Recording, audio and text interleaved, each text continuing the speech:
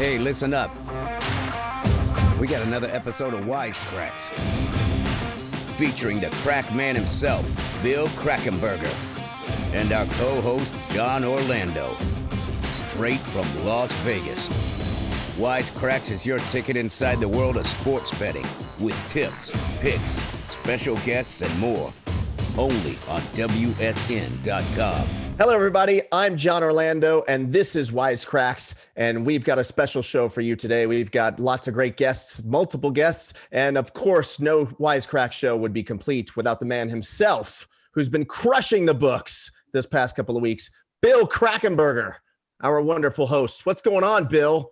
Hey, man. All going good, and having a good season. Thanks. Appreciate you saying that. Listen, it's all about the long run, and it's all about the end game. Yeah, we had some great weeks in the NFL. And actually, the whole season's been good. So we're getting a grasp on some other things now. We got some big things starting up. Can't wait for college basketball in a few weeks. And good stuff, John. Let me ask you this, Krack. Last week in the NFL, it was a little crazy. And was this even crazier? I mean, the totals are off the charts. There's been some insane endings, teams blowing leads. What is going on with some of these finishes?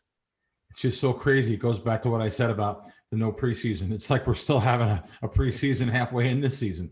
But anyway, you said it. It's just crazy. The totals, there's nothing like this that we've ever seen before. Almost no real home field advantage for anybody without the crowds. Everything's up for grabs. Every game, every play. It's really all about offense now. So the upside is you can make a lot of money on these games if you're betting smart. This has been kind of a crazy year, obviously, with everything going on with COVID and all that. And it's been the plus for me it's been really exciting. At one point, we had all the sports going at the same time, which has never happened before, right? We had NBA, we had MLB, we had NFL, we had soccer, UFC, everything going on. And now we've got basketballs looking to start back up in December. This is kind of a crazy time to be a sports fan, isn't it? It really is. I mean, there is so much of I use this word a lot, plethora. There's a plethora of sports here at your fingertips. So looking forward to it. And you know why, too? People don't realize this. When it's cross sports, when you have all these different lines the bookmaker has to put up for all the college football, the pro football, now you have a cross sports where you're into some basketball. It's not easy for a bookmaker to put up 150 lines on a Saturday. They have to be wrong, and that's where I look to exploit some of those numbers. Well, that's why we're all here, Bill. I mean, that's definitely why I'm here, is we want to learn from the man. We want to learn from you. You're like the Mr. Miyagi Jedi Master for sports betting tips coming at us today. I get a lot of good information. I'm kind of humble about it, but I have to tell you, my guys come up with the best. I mean, here it is. I'm not going to say the best. Listen, there's other sharp sports betting syndicates and people out there, and there's some better than me, maybe. Great, fantastic.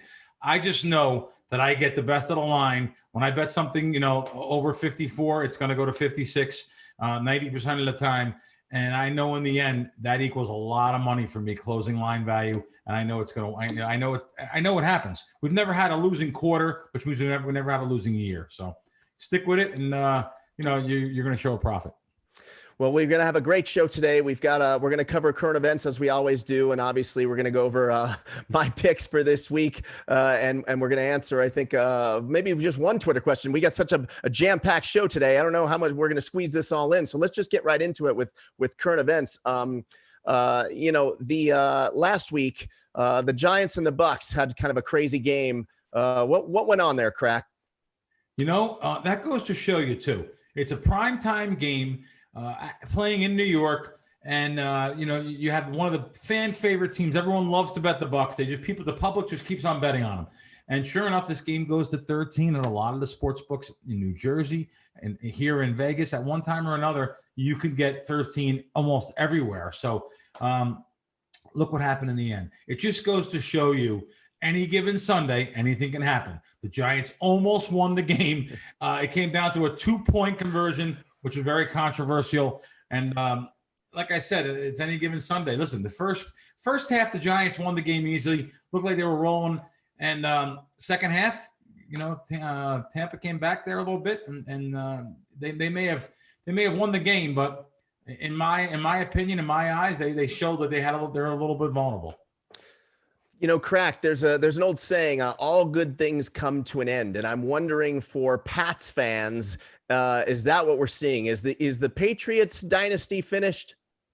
Sure. I mean, the same thing you could say about almost any team, including those Giants we were just talking about when they were a powerhouse. It just seems like everything goes full circle. And I think the Patriots are that dynasty's over. And to be honest with you, I'm kind of happy. I'm not a big Belichick fan. I'm not a big Patriot fan. They've had a lot of controversy in their camps too over the seasons too. So I actually like that Brady went on and did really well and is doing really well. And I would like to see Belichick go home at night talking to his family or talking to his close friends and saying, "Wow, did we screw up?" Fantastic. Krack, another current event that went on that I think, I don't know if we could do this as a segment every week and add this into our thing, but there was definitely the social media post of the year happened this week. I don't know if you saw it, but Adrian Williamson got traded from the Jets and he posted, I pulled this pickup. I'm going to hold it up to the camera. Did you see this? He literally left the stadium in uniform with a suitcase and hailed a cab in New York. I mean, that is just classic. Unbelievable. So he went from the worst team in football to maybe the best team in football. That's amazing, isn't it? When you can do that, he must have been happy as can be that happened to him. Right. It's like jackpot. And then Krack, let's talk about playoffs this year. 16-team playoff scenario. Is that what we're looking at? Yeah, well, I mean, I think that's I think that's for next season. But is that next season? Okay. However, it's amazing, right? Why not just have everyone go to the playoffs? It's a money grab, right? That's all that is. It's the money. Keep that money machine going, baby. Yep, amazing. But so we'll see what happens. But I think we have enough fun. Listen, I actually enjoy watching. Most guys know. Most of the people know. I really don't watch a lot of games, but I enjoy watching the NFL this season. It's rare. It's a strange phenomenon. I love watching the playoffs. It's like baseball. I love watching baseball playoffs, World Series. I love watching playoffs. So the more the merrier. And are you going to be paying attention to some college football coming up here soon? Sure. We got a lot of new stuff happening here, and we almost have a full schedule. There's a couple teams that opted out. We know that, but we got some big schools back, and looking forward to. Listen, the more schools that are on the Don Best rotation and on the rotation schedule, the better it is for someone like me. I need a lot of games on there. I need bookmakers to be a little bit confused. Krack, I'm always looking for an edge on game day. So when I gamble now, I do it like the pros. I go to WSN.com and I cash in on all the amazing bonuses and everything else that I need over there. WSN.com is the place to be. You called it, John. Really, the bonuses they have running over there. Wow. It could be the difference between a great week or a brutal week. Let's be honest. They always have the best odds out there too. I mean, if you're not getting the money in through WSN, you're not getting full value on your bets. I can relate it to that, and that's what it's all about. It's about value to me. So you go to the site, find the books you want to play at, and get in on the action. Also, the articles, fantastic ones. I was looking today again, especially on the new jurisdictions taking shape, the existing ones. They talk about FanDuel, Win, MGM, PointsBet, all the different markets that these guys are involved in and what's going on. So I like to be kept updated, and that's where I go, WSN.com. I got to tell you, man, we've been doing the show now for a few weeks. I've noticed a little trend in my betting results. The parlay bets that I keep making that I'm addicted to, not so good as you've predicted. Let me tell you the bets that I am winning, though. The bets that I'm making when I follow you. The Krack Wins app has changed my life. I just keep screwing it up on the parlay side. But your bet's a winner. Well, thanks, John. I appreciate it, man. No, we're doing good. Another winning weekend for the Krack Win guys. And I'll tell you, it's been really a great year. And NFL has been really the shining star. Proposition bets, totals. I mean, we're really, I'll tell you, I hate to brag on myself. I usually don't. I'm pretty humble. But listen, you get the best of the line. People are loving what they see, and we're having a great year again. Thanks again, John. All right, Krack, it's that time again. We got to go on to our first guest today, and you brought a special one with us. Who we got today? Hey, we have Nick Kostos here today. And, Nick, we're really thrilled to have you with us today. This guy's a really talented guy who's all over the sports betting landscape. He's currently the host of You Better You Bet, a fantastic sports gambling show on the radio.com network. He has like an unmistakable voice. I love chopping it up with him as a guest on his show all the time. Welcome, Nick. How you doing, buddy? Guys, great to be on the show. Thank you very much for having me. And I'm happy that some people are fans of my voice because, I feel like the reviews are often mixed as far as that goes, but unmistakable, I'll give you. No, that voice is gold, Krack. You're right on the money with that one. Oh, he's great, man. Thank you guys for having me. Yeah, no problem, man. So, Nick, the tables have kind of turned on us here. Normally, it's you in the host chair asking me questions. So it's fun to have this flipped. Well, I'm going to get right into something here. And it's a touchy subject, but I said, let's go with it. I saw last night on Twitter that you were following OddsShark, the live odds. It was just a roller coaster back and forth. It was actually fun to see the influx of odds going crazy. Really just another indicator really of how the odds and gambling was becoming more and more commonplace these days. So, I actually followed myself too. There was about 4 different sites that had live odds on, which I did not expect at this election. They had it last election. It was unbelievable watching these odds, how quickly they were flipping. Also, I had odds on 13 live states in front of me. Even when I went to bed, just to give you an example, I went to bed 1:30 my time, 4:30 East Coast time. And even when I went to bed, they had Trump was minus 240. By the way, these places were taking like $10,000 bets too. Trump was minus 240 in the full election. And every single state that was left, Georgia, North Carolina, Wisconsin, Michigan, they were all, Trump was 2-1 favorite in every one of them. So woke up 5 hours later and couldn't believe what I seen. Minus 5-1 the other way. Biden minus 5-1. So did you kind of follow the OddsShark same thing, Nick? You had that kind of experience or just going crazy? Oh yeah. It was something to behold.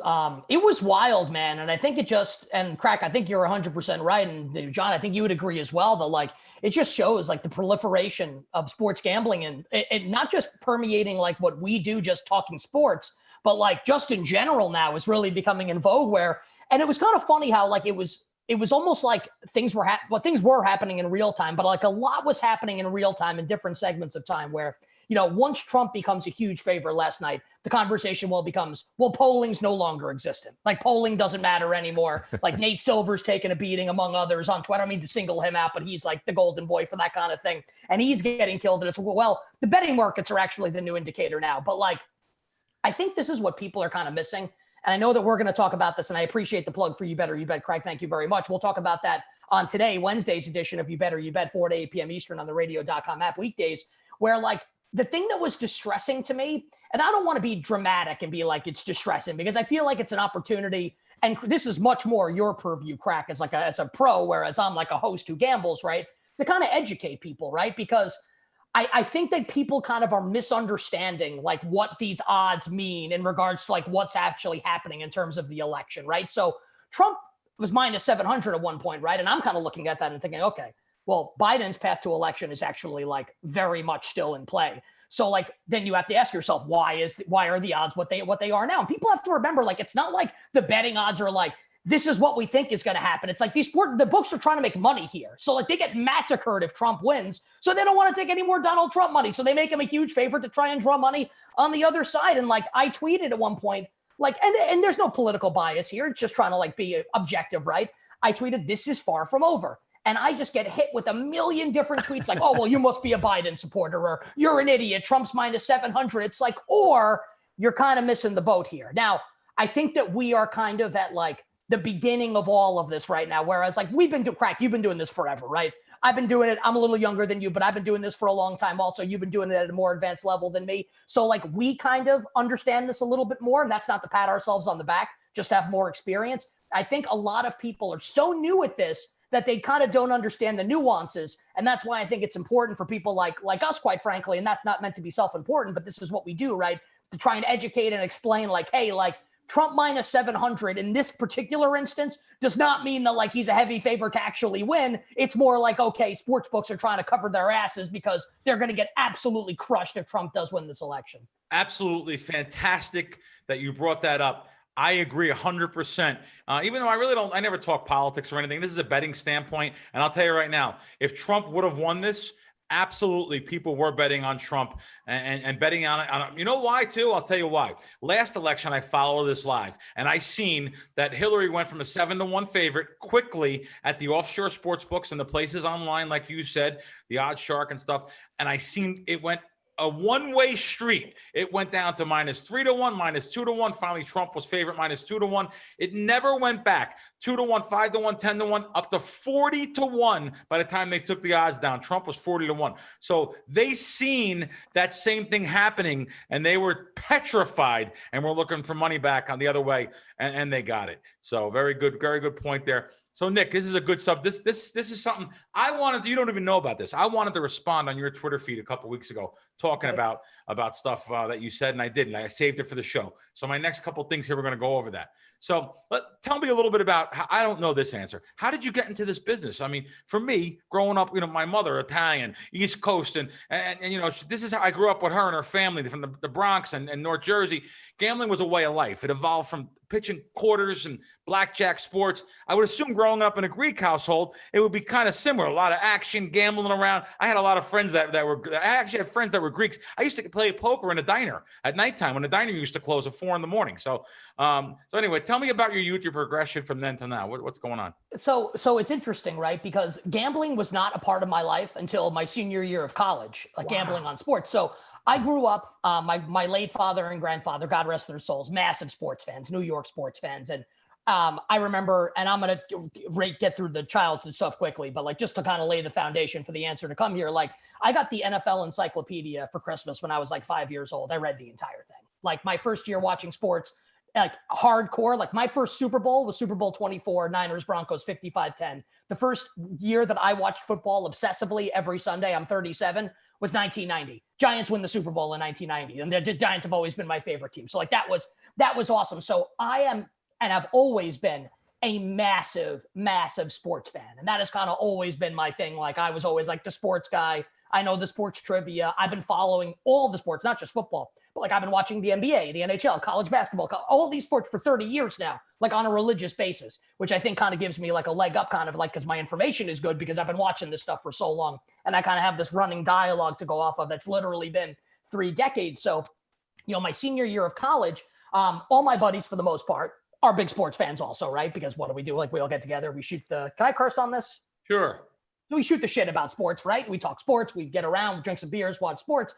And one of my buddies had an account, right? He said, we should start gambling on sports. So whatever. So it's great. I know more about sports than anybody. This should be easy, right? It's a moron schmuck way of thinking, right?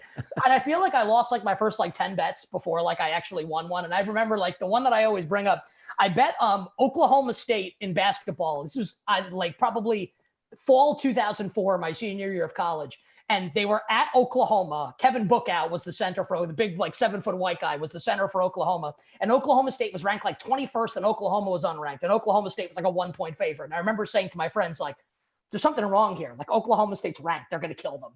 And of course, Oklahoma wins the game by 15 points. And sucker bet, right? And that's the beginning of it for me. And that's one that I always remember. And I went to Fordham, worked at the Fordham radio station, FUV, for 4 years, covered all the teams locally as a college student, won a New York State Broadcasting Award. We beat all the major stations in New York for the NFL draft show I hosted when Eli Manning got drafted by the Chargers and then the Giants traded for him. Interned at FAN my junior year in New York, interned at Sirius XM NFL radio my senior year, got hired by Sirius coming out of college and went off air for a while, and I produced for a long time, and I got hired by Bleacher Report. I'm leaving stuff out because it's too long an answer already. Sure. But I pitched Bleacher Report because I loved gambling on sports. I was like, guys, let me write. And this is not to slam Bleacher Report. I think it's kind of the evolution of all of this, where I kind of had to talk them in 2012. Let me do an NFL picks column on Sundays, or Fridays, whatever, for the weekends. And they agreed to let me do it. And I think my profile kind of started to grow from there. I got hired by CBSSports.com in 2015 to be like their gambling guy. Moved down to Florida, worked there for 3 years, helped start what's become Sportsline on CBS Sports HQ, all their gambling operation, and then got hired by Entercom to host You Better You Bet. Where I worked for Oddshark for a little bit, doing some shows for them. So it really was. I feel like I was, when it's all said and done, I feel like I will be one of like the first ones that actually like was pushing this a little bit, like way back in like 2012 and 2013. Without a doubt. It sounds like I didn't know this. That's you were actually at the forefront back then when it was like voodoo. Talk about sports betting. That's 8 years ago. That's great. So your dad and your grandfather, they weren't gambling. They weren't big gamblers or anything. I feel like my grandfather was, based on things I've heard after the fact, but like very much kept it from me. My dad was very much like always on the straight and narrow. So like he knew like I was like he knew that I gambled. He was just it's not like he looked down on me for it. He was just never into it. I feel like my God rest his soul, my grandfather Gus was maybe into that kind of stuff, but like I never knew about that stuff as a kid. Like that was always kept from me. Wow. And that segues into it with our fathers, because I know we have that in common. We shared the sports with our dads. My dad was a huge Yankee fan. This is the thing I was going to say about your Twitter. I was going to respond to it. So I'm going to save that for when I have him on. So again, my dad was a huge Yankee fan, and some of our best times were spent those summers watching the games. And even when I moved to Vegas, I would call him up. We'd talk after the games, or we'd talk almost every single day about the Yankees. I mean, you had similar experiences with your dad, I'm sure. And I know with them gone, those memories mean even more to me. I get a little bit really caught up of baseball season, Yankees. When I watch baseball, and if I see a Yankee game, I think of my dad immediately, because my dad lived and died the Yankees. He was the coach. He was in the locker room. He was the guy that was there. And every day, and I'm saying that, he was there. He was there in his chair, acting like he was the coach. And he would call me every day complaining about A-Rod. I mean, going crazy. He's not a team player. I mean, just crazy stuff. But I know you had the same kind of experiences with your pop. Am I right? Oh, absolutely. Like I remember my dad wasn't there with me, but I remember I was at the Aaron Boone game 7, 2003 ALCS when the Yankees beat the Red Sox, which is like the greatest sport. I just remember the ball coming off the bat, first pitch, bottom of the 11th, and thinking he hit the ball to left and I'm in the right field bleachers. The ball comes off his bat. And I remember thinking like, it's over. Like we won. And I have goosebumps right now thinking about it. And I like craned my neck to see if it would land fair. And I never saw that it landed fair. Everyone just started jumping up and down. And I remember calling my dad and just holding the phone up in the air so he could hear it. I remember in 1990, January 20th, 1991, not that we are keeping track or anything, but that's NFC Championship game, Giants in San Francisco to stop the three-peat. And when Matt Barr kicks the field goal to win the game 15-13, I remember like running, jumping into my dad's arms. And and I'll never get the shirt he was wearing, because I have the shirt still. It's a black t-shirt with a white 11 for Phil Simms and a blue 56 for Lawrence Taylor next to it. And then the next week watching with my godfather, who's still alive, and then my grandfather and my dad, I remember like going to the bathroom so nervous at 7 years old before the Norwood field goal. I felt like I was going to throw up, and he misses. And like the three, we all celebrate together. There are countless memories like this. I'll give you a funny one. In 1999, the Giants didn't make the playoffs, but they were in the playoff hunt. They go to Buffalo like in early December. And Doug Flutie's the quarterback of the Bills. This is Joe Montgomery. They picked running back out of Ohio State, had like 30 carries for like 50 yards in the game. That's how I remember it. And Carrie Blanchard kicks the game-winning field goal to win the game 19-17, like to keep the Giants in the playoff hunt. And I was actually like in tears at points in the fourth quarter, thinking that they were going to lose. And I'll never forget, my grandfather looked at me and was like, you got to relax. This isn't that important. So like there are many, many great memories. Yeah. With my dad and my grandfather watching sports. Absolutely. That's great. Knicks games too. A lot of Knicks games in the 90s. Yeah. Your grandfather was cool. I could see right away. Your grandfather was almost like like telling you like the Bronx tail line, calm down. And it doesn't make That's right. There's no doubt. Absolutely. So one thing I like about you too is that unlike a lot of people in our universe, you are very straightforward. When you have a bad week or a bad stretch, you don't run from it. You own it.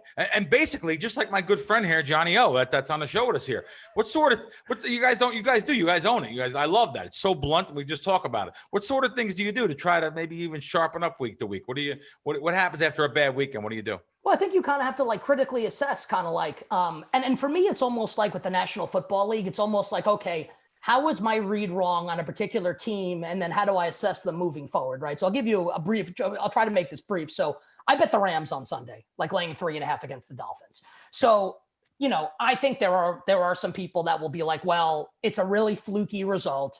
The Rams ran 92 plays in the game. Goff had 61 passes. They only scored 17 points. Well, you know, like I watched, and like Sean McVay, I thought coached a terrible game where like they're gashing them on the ground. Why do you keep dropping back with Goff? Goff obviously had a terrible game as well. So it's kind of like assessing like, okay, I feel like I'm not going to run away from the fact that I'm not going to make an excuse for the bet. Be like, oh, well, I got unlucky. Like, I actually think I made a bad bet in that game. So it's kind of like reassessing. Okay, so now what do I think about the Rams moving forward? Okay, maybe McVay loses a little bit of the assumption of rational coaching for me moving forward in games where I feel like they should do X probably meaning run the ball, but he can't help himself because he gets too cute with the passing game. So that's something I have to keep in mind. And also, as opposed to being like, okay, well, I just got unlucky here. It's like, well, I probably underrated this Dolphins defense, which is awesome, right? Which is actually really good, which leads into Sunday's game coming up on in Arizona against the Cardinals. So I think it's like, I think a lot of people, and it's not to call out names because I've done this in the past too. And like, I feel like I'm more mature now than I was. And like, honestly, Krack, like, and I mean this sincerely, like doing the show with people like you and listening to you talk about stuff with Ken Barkley, my co-host, with some of the guests that we have on, has helped me become I'm a much better gambler, a better, if you will. You bet than I used to be. So instead of looking to make the excuse, like, oh, well, I made this bet, but this, and this happened. It's like the critical analysis. Like, what did I do wrong? And how can I apply that knowledge moving forward to not make the mistake again? I think that's really been like the biggest thing for me. Excellent. That's really good. I appreciate that too. Well, that makes me feel good to come on there and you can learn a little stuff, maybe even a little nugget pick up from me here and there. John, do you have anything for my buddy Nick? I do actually. I need some advice from both of you. Where can I go all in on making the following bet? Okay, here's the bet I want to make. I want to go all in that Nick Kostos is going to be a superstar. Where do I make this bet? Well, my Venmo's at the Costco. Great. Hey, Nick. I appreciate that, man. John, thank you very much. Nick, thanks for coming on. Thanks for spending some time with us. Listen, you guys at home, you can follow Nick on Twitter at the Kostos. Am I saying it right? TheKostos? You got it. The Kostos. Right. Yeah. It's like all my soccer trophies. I'm not an athlete, but like I had soccer trophies growing up and all were spelled Kostos, like Bob Costas. That's right. Yeah, son of a gun. But yeah, Kostos. You could catch Nick on You Better You Bet podcast. The daily episodes are great. I mean, it's really a fun show from the guys who love to gamble. Like I said earlier, they don't take themselves too seriously. I love being a guest and appreciate your time, Nick. We'll see you very soon. Great. And Krack, and we love having you on the show. And John and Krack, thank you guys very much for having me. And if you'll allow me, I'd like to do my catchphrase as we sign off here. Please. I sign off at least. Wishing you guys and all the great listeners of your show minimal sweats, winning bets, and the absolute very best of luck. All right, Krack, it's time to bring on our second guest on the show today, and this one is fantastic. He's a legend in the world of U.S. track and field. He's the former world record holder in the 100-meter. He's a two-time Olympic gold medalist. He even danced his butt off on Dancing with the Stars. Maurice Greene is with us today. How are you? What's up, Mo? What up? It's been a minute. Yeah, it has.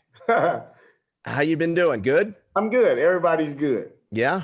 Yeah. Let me tell you who's not so good is our Cowboys, Mo Greene. What's going on with our Dallas Cowboys? Can you shed some light on this? I have no clue what the defense is horrendous and the offense, everybody's getting hurt and the front line is hurt. Like it's all bad for Cowboy Nation. Is this season, is it time to just throw in the towel? We have no shot at playoffs or anything, right? Well, they play in the East, so I mean, that's the whole thing that they're in is anybody could do anything. So yeah, you don't quit until it's all said and done. So I guess you keep on going until you can't go no more. What teams this year do you have your eye on to take it all? Do you think the Chiefs can repeat? What do you think is going to happen? Well, with Kansas City. So how are you are you a Chiefs fan too? Do you adopt both or no? Yeah, of course I do. I have to go with my hometown because I'm from Kansas City. So, but just with that pickup of Le'Veon Bell, that just gives them more weapons. The only thing that I see wrong with the Chiefs is their defense. Their defense is not as strong. But on the other hand, can you score with them? That's tough. They could score 14 points in less than 2 minutes. So yeah, that's hard to deal with. And who do you think they end up if they do make it to the Super Bowl? Who do you see them playing this year? Oh man, I don't know. You gotta watch out for Seattle. And then Green Bay is up and down, so I don't know. But I think Seattle and the 49ers, even though the 49ers got a lot of injuries, once their people start coming back being healthy, they're going to be hard to deal with too. Now, I got to blame you for something, Mo. Last year, I got a little bone to pick with you, okay? Last year, you were on fire for like 3 weeks. You hit like a bunch of parlays, and I was like, well, man, if Mo Greene can do it, I can do it. And I can't do it. What's your secret? Don't bet with your heart is one. But you just got to look at, I just look at how teams are playing and think about the matchups and stuff like that. That's what I really do. It's all luck. Let me turn it over to the sports betting expert, Krack. What do you think of Mo's? I like what Mo just said. That's something that a lot of people don't say, John. They don't. But people love betting with their heart. This man just said, "Don't bet with your heart." That's exactly right. It's exactly how you make money. Well, first of all, Mo, thank you. It's a real thrill to have you on with us. I always wanted to do you ever get to say this to someone? I'm Mo Greene. Do you know who I am? I'm Mo Greene. I made my bones when you were going out with cheerleaders. I mean, that's the Godfather. I love it. I mean, what a great line, though. But like I said, it's a thrill to have you on. I've always loved the Summer Olympics, and I can remember the glory days of track and field with you and Carl Lewis and Michael Johnson. One thing I always noticed, though, the confidence and let's call it swag that you guys all have, you carry when you get on the track.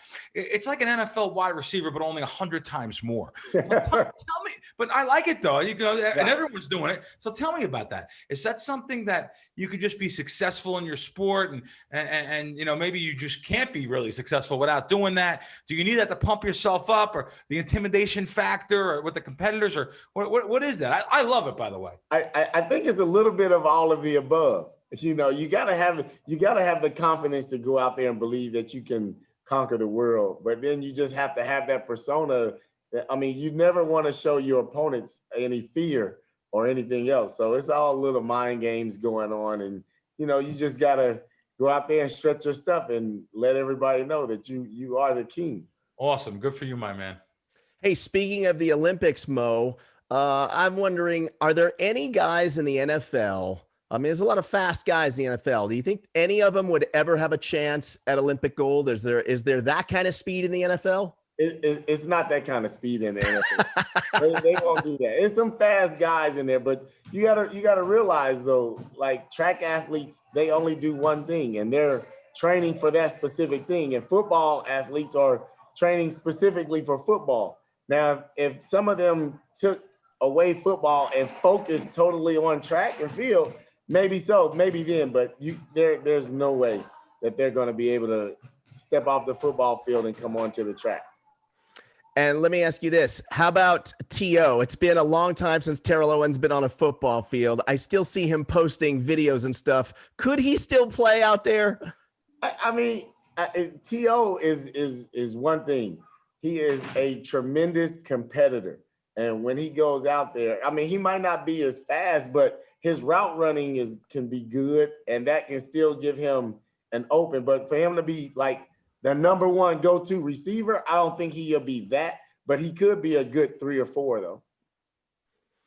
And what are you up to these days, Mo Greene? You're coaching the kids now?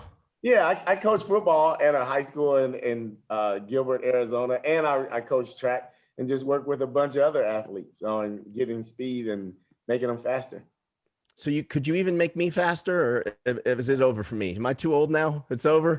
No, I can make you faster, but we're going to start at a point and you'll get a little bit faster from what you started at. So you could take me from turtle to snail? Yeah. Yeah. Krack, you got anything else for Mo Greene before we let him get out of here? You were great. This was a pleasure. Thank you very much for coming on and spending some time with us, taking time out of your day. We really appreciate it, Mo. Oh, you have to get me in the studio sometime. Let's do that. Come on. Absolutely. You're due for a Vegas trip. Yeah. Billy, Mo Greene is no stranger to the blackjack table, crap table, or even war. He will play war. What are your thoughts on that, Bill? No, war is not something I stay around. However, blackjack, yeah, we can go to blackjack and we could do a little card counting together. I'll explain that in person. All right. Yeah. All right. Oh, hey, let's hook up. Mo Greene, thanks for stopping by Wisecracks today. All right, no problem. Thanks for having me. Thank you. Thanks. All right, Krack, before we get into this week's bets, let's just recap my journey from last week a little bit. I ended up going 2-1 with my picks last week, winning with the Chiefs and the Steelers. And then I lost the Chargers under after their defense forgot that there was 4 quarters in a football game. But I'm getting a little better. I didn't hit my parlays, shocker, but I still fared okay. We've got a big week ahead. Correct me if I'm wrong, but as I look at these matchups, this looks like a dangerous week to me. Is it not? Listen, every week's a dangerous week in the NFL, especially as we get deeper in the season. Okay, fair enough. Yeah. So but you're trending the right way, John. 2-1 last week. Hey, I'm learning. You're trending the right way. I like it, buddy. I attribute it to the Krack Wins app 100%. All right, man. Okay, so let me get into. I picked out 3 games as I like to do. So let me run these by you here and tell me what you think. We've got the Panthers at the Chiefs. I know you're going to cringe at this one because the line is just ridiculous. I'm going Chiefs money line, but before you kick me off the show, just hear me out, okay? I just can't handle the stress of the spread, all right? I'd rather take the minus 500 or whatever it is and cruise to victory and make 20% of my money is my thought, because 20% in the stock market for a day, you'd be doing cartwheels, right?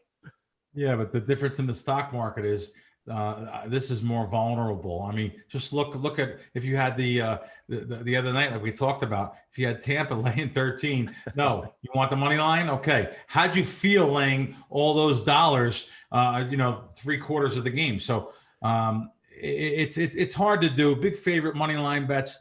Listen, I'll tell you, it's a real favorite of squares around the country. They love parlaying these money lines together. But let me tell you, this line opened 12.5. It was hit a little bit down to like 10.5. Probably the news about Bridgewater will play. The Panthers also, the running back, Christian McCaffrey, back from his ankle injury. Well, listen, Dr. Chow last week, one of our favorite interviews, told us you don't know how effective he'll be right away. So you have to put that into the equation too. So I think there might be some late action here on the Chiefs that may come in. You're going to have to lay a ton of money on the Chiefs money line, but good luck to you. Okay. All right. How about this one? We've got Raiders and the Chargers. I had to pick this game because it's too exciting. I mean, the Raiders, they're now the hometown team here in Vegas. So I've kind of adopted them, and I'm not saying I've divorced my Cowboys, but let's just be serious. It's a little more fun cheering for the Raiders right now at this point. I think they're for real. Carr, he's playing great. He runs, he throws, he's doing all the things. And I'm going money line on this one as well. What are your thoughts on that? Well, listen, it's actually nice to see the Raiders turning a corner here. This is our hometown team, and they're 4-3 now, fighting for a playoff spot in their very first season. I mean, that's pretty good. Very first season in Vegas. And Vegas can use the good news too. So we really need them to be in the playoffs. So anyway, so the Chargers opened up 3 in this game. It got bet down to 1 right away. So the Chargers are now sitting around 2, something like that. And this is, I'm sorry. They're now sitting around 1.5 to 2, because I see a little bit of action coming the other way now. So let's see what happens here. They're 2-5. The Raiders are, they can easily be 5-2. So yeah, they've blown. As a matter of fact, they've blown 4 leads this season when they're up by 3 scores. So we'll see what happens. I think Carr drives the Raiders to victory. I'm rooting for you. You see what I did there? Carr drives. Yeah, right. Yeah. Keep the day job. All right. This is the day job. Wait a minute. All right. Last but not least, this is going to be a street cred pick again. Okay. I think I got a little street cred last week, hopefully with Kracks Nation. So what do you think about this one? Saints and the Buccaneers. Okay. I have a motto, Krack. I don't know if you've heard me ever say this motto. Don't bet against Tom Brady. Just don't do it. But if it involves Drew Brees, you can. Okay. Oh, wow. That's what I'm predicting this week. Drew Brees and company pulls off the upset. Then they are going to beat Brady and the Buccaneers. Money line. I'm going all in. Wow. You know, that's the all in part, John, I don't like. But okay, money line. It's okay because I'll tell you, you know, I have no problem. I think you get some extra value. Sometimes betting against Tampa. Now, I don't know so much with a public team like the Saints and Drew Brees, but listen, Tampa's Americans' darling right now. So it hasn't seen much line movement either. It's opened up at 5 and it's still 5. So under I hit a little bit. I feel like Tampa may be a public play every single week still. So, you know, I think the squares are still playing it. So if anything, I lean to your side. Definitely root for you.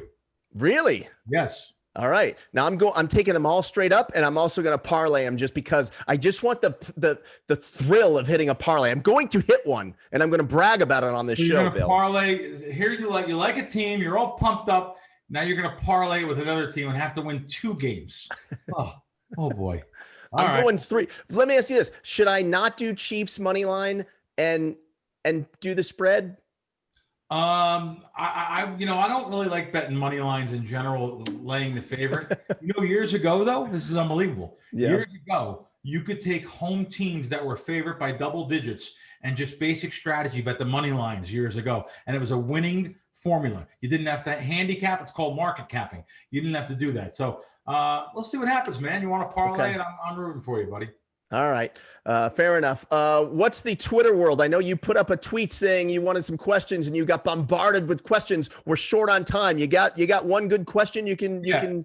I actually have 2. I have 2 questions that okay. I had a ton of, I had to take it down. I had too many questions. So I didn't get to everyone yet, but I will get to them. Now we have a ton for the rest of the season.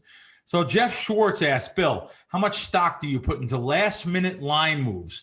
Last week, I loved Seattle -2.5. I got it early in the week. It moved to -3. Then near kickoff, it got down to 1. And it was actually pick 'em actually too. And he wanted to buy more. Well, I'll tell you what, Jeff, I hate going against the market. I hate when a team like San Fran, the game moved 4 points in a matter of a couple days. I respect last-minute money moves when it's on underdogs more than on favorites, especially public teams. This wasn't that situation.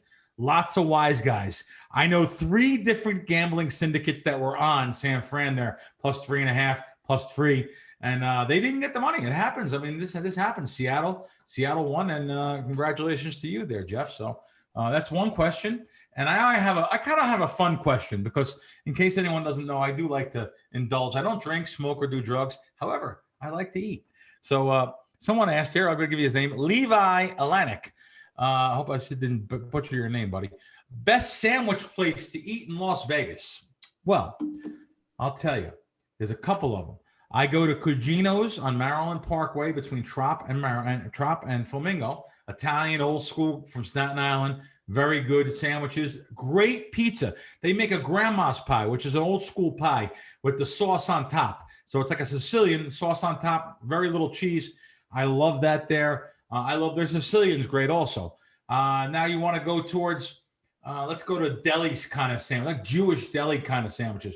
We kind of really don't have them like back where I'm from, or, even both coasts, West Coast and East Coast, LA, New York, great sandwiches, both places. Vegas here, I go to Bagel Mania for a sandwich. They got a new location they're opening here next month. I can't wait. It's right across from one of my other favorite restaurants, Piero's on Convention Center. John, I've been to Piero's with you. Yeah.